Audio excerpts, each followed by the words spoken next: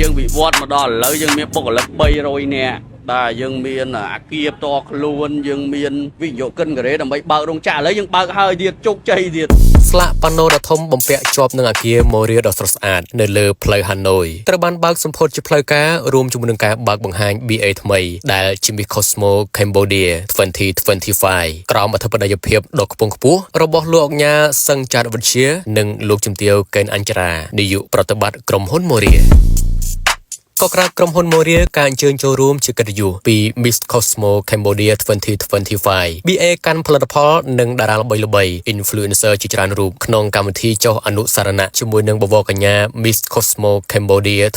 2025 និងសម្ពោធស្លាកយីហោជាផ្លូវការរបស់ក្រុមហ៊ុន Moria ដែលជាក្រុមហ៊ុនធំនាំចូលគ្រឿងសម្អាងកូរ៉េឈានមុខគេនៅកម្ពុជាអាចនិយាយបានថាជាវឌ្ឍនភាពមួយដ៏គួរឲ្យកោតសរសើរដែលលោកអញ្ញាសឹងចាត់វិទ្យានិងលោកជំទាវកេនអញ្ចរាពីអ្នកលក់ដែលមានទីតាំងតូច4ម៉ែត្រ4ជ្រុងក្នុងសម័យកាលកូវីដរហូតវិវត្តបាននៅអាគារដ៏ធំលេចធ្លោមួយមានបុគ្គលិកលើសពី300នាក់ដែលមានទីតាំងស្ថិតនៅលើបណ្ដោយផ្លូវ Hanoi មានដៃគូសហការពេញផ្ទៃប្រទេសកម្ពុជានិងក្រៅប្រទេសព្រោះការគាំទ្រពីអតិថិជនដ៏ច្រើនសន្ធឹកសន្ធាប់ហើយនៅថ្ងៃទី2ខែមិថុនាឆ្នាំ2025នេះក្រុមហ៊ុន Moria បានបង្ហាញពីភាពអស្ចារ្យនៃការបើកសម្ពោធនៅស្លាកប៉ាណូដ៏ធំថ្មីមួយទៀតរួមទាំងឈានដល់ការចូលរួមជា sponsor ធំនៅក្នុងកម្មវិធី Miss Cosmo Cambodia 2025 ទៀតផងមិនត្រឹមតែប៉ុណ្ណោះក្នុងថ្ងៃដ៏ពិសេសនោះក្រុមហ៊ុន Moria ក៏បានបើកបង្ហាញនៅ BA ថ្មីចុះអនុស្សរណៈរួមដំណើរជាមួយគ្នាជាមួយនឹងម្ចាស់ជលភីលំដាប់រងនៃ Miss Cosmo ផងដែរទន្ទឹមគ្នានេះនៅក្នុងកម្មវិធីចុះអនុស្សរណៈ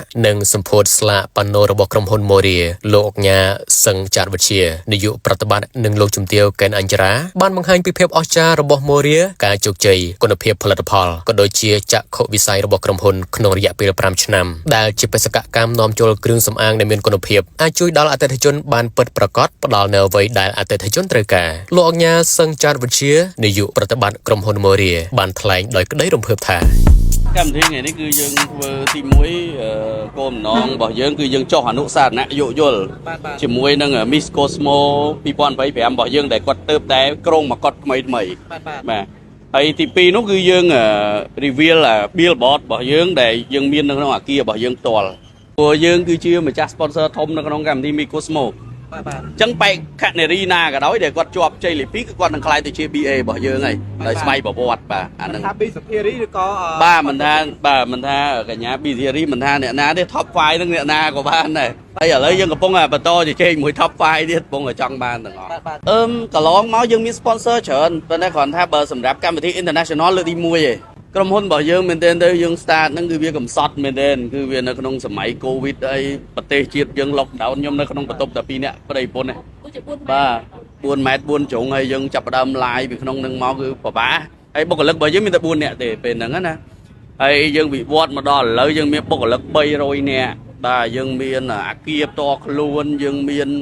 និយាយរួមសពគ្រប់បែបយ៉ាងហើយយើងកំពុងសហការមួយប្រទេសកូរ៉េវិនិយោគិនការ៉េដើម្បីបើករោងចក្រឥឡូវយើងបើកហើយទៀតជោគជ័យទៀតអញ្ចឹងគឺវាជាវឌ្ឍនភាពមួយដែលខ្ញុំអត់រំពឹងថាយើងអាចធ្វើវាបាននៅក្នុងរយៈពេលខ្លីដែរបើនិយាយទៅវា5ឆ្នាំយើងក្រូចច្រើនបាទច្រើនមែនទេ Moria នេះដំបូងខ្ញុំញ៉ាំខ្លួនឯងហ្នឹងហើយពេលទៅតែមានអ្នកសួរណាមួយប្តីរបស់ខ្ញុំមានអ្នកដែលគាត់ follow គាត់ច្រើនអញ្ចឹងគាត់ទុកចិត្តគាត់ឃើញខ្ញុំប្លែកអញ្ចឹងទៅគាត់ក៏សាកដល់ពេលសាកទៅតាំងពីនឹងមកជាប់ការដែលខ្ញុំបានមកដល់សប្តាហ៍ថ្ងៃចេះនិយាយមាន fan អ្នកស្គាល់ច្រើនគឺ 100% មកពីគាត់ទាំងអស់ពេលឥឡូវបានខ្ញុំនឹកឃើញថាខ្ញុំពិតជាអរគុណគាត់អរគុណបាទហើយគាត់តែនិយាយប្រាប់ខ្ញុំថាចេះអូនឯងបើមិនចាប់ផ្ដើមពីឥឡូវពេលណាពាក់ព័ន្ធមួយផលិតផលជិះទៅខេត្តណាក៏ឃើញ Moria គេដាក់លក់ដែរបាទឃើញមានស្ទុះខ្លាំងមែនតើតើបច្ចុប្បន្នមានប្រមាណមុខឯបងញ៉ាហើយយើងមាន15មុខយើងមាន15មុខហើយបច្ចុប្បន្នយើងកំពុងធ្វើ brand ផ្សេងទៀតមិនមែនតែ Moria ទេដើម្បីអាចផ្ដល់ជូនទៅកាន់អតិថិជនគ្រប់ស្រទាប់វណ្ណៈយើងមានទាំង brand សម្រាប់អ្នកដែលគាត់បើនិយាយទៅ Moria គឺសម្រាប់អ្នកដែលគាត់មានជីវភាពទូធាឡើងអញ្ចឹងណាតែបច្ចុប្បន្នយើងកំពុង develop brand ថ្មីទៀតសម្រាប់អ្នកដែលគាត់រៀងមានជីវភាព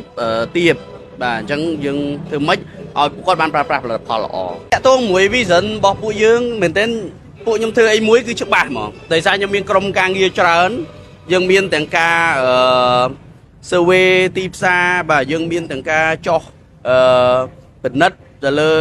ingredient ជាមួយរោងចក្រយើងមានទាំងការ test sample បាទរាប់ខែរាប់ឆ្នាំទៅមកនឹងយើងផលិតអីមកមួយអញ្ចឹងណាអញ្ចឹងគឺយើងធ្វើអីមួយគឺច្បាស់លាស់មែនទែនថាធ្វើម៉េចឲ្យបងប្អូនប្រជាពលរដ្ឋនៅប្រទេសកម្ពុជាយើងគាត់ស្អាតហើយស្អាតដោយភាពពិតប្រាកដបាទស្អាតដោយសុវត្ថិភាពជាចុងក្រោយបាទខ្ញុំនឹងគ្រួសារបាទអរគុណអ្នកសារព័ត៌មានបាទដែលបានមកសភាផ្ទាល់ហើយសូមសំណូមពរឲ្យបងប្អូនបន្តការសិក្សាស្រាវជ្រាវស្វែងយល់អំពីផលិតផលនីមួយៗមុននឹងគាត់ប្រើប្រាស់ព្រោះយើងបានសង្កេតឃើញថាបច្ចុប្បន្ននេះយើងមានការយល់ដឹងតិចបើតាមខ្ញុំបានទិន្នន័យមកពីការ survey ផ្ទាល់ហ្មងគឺ76% នៃប្រជាជនរបស់យើងគាត់ប្រើផលិតផល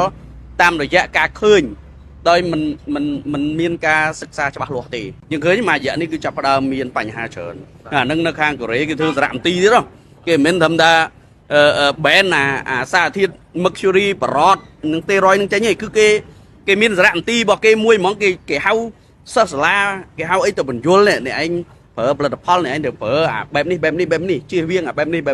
ញ្ចឹងណាអញ្ចឹងគឺសូមសំណូមពរកុំឲ្យប្រើលោតឆាត់អីឲ្យប្រើអាផលិតផលសតរៀងយូរបន្តិចមែនតែយើងល្អយើងស្អាតបានរហូតបាទអរគុណ